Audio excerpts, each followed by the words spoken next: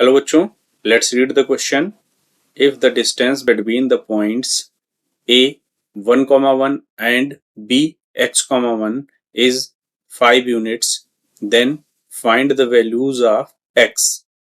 यहाँ पर हमें दो बिंदु दिए हैं जिनके कोऑर्डिनेट्स, एक का कोऑर्डिनेट दे रखा है 1,1 और दूसरा कोऑर्डिनेट दे रखा है x,1। हम लोगों को यहाँ पर इन दो बिंदुओं के बीच की जो डिस्टेंस है वो 5 यूनिट दे रखी है। हमें x की वैल्यूज फाइंड आउट करनी है। तो सबसे पहले हम लोग की कॉन्सेप्ट देखते हैं। इस क्वेश्चन में जो कॉन्सेप्ट हम लोग यूज करने जा रहे हैं वो है डिस्टेंस फार्मूला।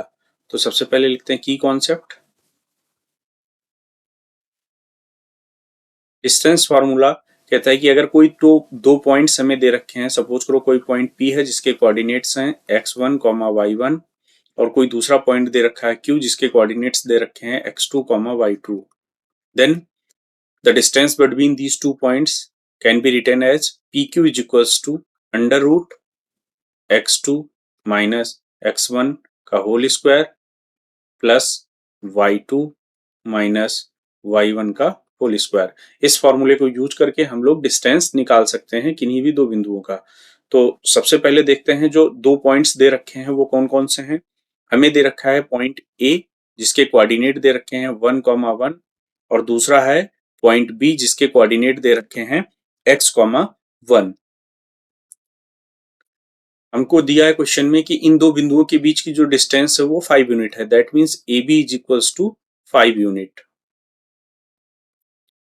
तो डिस्टेंस फार्मूला यूज करके हम लोग AB की वैल्यू लिखते हैं। The value of AB will be is equals to x minus 1 का होल स्क्वायर प्लस 1 माइनस 1 का whole square is equals to AB की वैल्यू हमें दे रखी 5 तो उसको हम लिखेंगे 5। ये हमारा AB है। डिस्टेंस फार्मूला को यूज करके हमने A और B के बीच का डिस्टेंस लिखा है। फर्दर इसको सिंप्लीफाई करते हैं, squaring both side.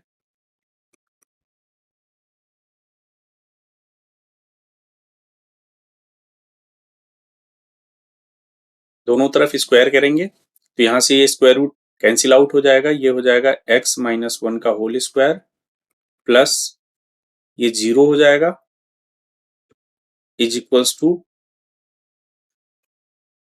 25। That means इसको हम लोग लिख सकते हैं x माइनस 1 का whole square is equals to 25। यहां से हमें मिलेगा x minus 1 is equals to plus minus 5। यहां से हो जाएगा x इज इक्वल्स टू, यहां पर देख रहे हैं हम, यहां पर चूंकि x माइनस 1 का होल स्क्वायर था 25 के इक्वल था, तो जब इसका स्क्वायर रूट हम लोग लेंगे तो ये 25 का जो स्क्वायर रूट होगा वो प्लस माइनस 5 हो जाएगा। तो यहाँ पर दो वैल्यूज हमें x की मिलेगी। एक वैल्यू हो जाएगी x is equals to 5 plus 1 और एक जो दूसरी वैल्यू मिलेगी वो हो जाएगी minus 5 plus 1। That means x की एक वैल्यू हमें मिलेगी 6 और एक दूसरी वैल्यू हमें मिलेगी -4।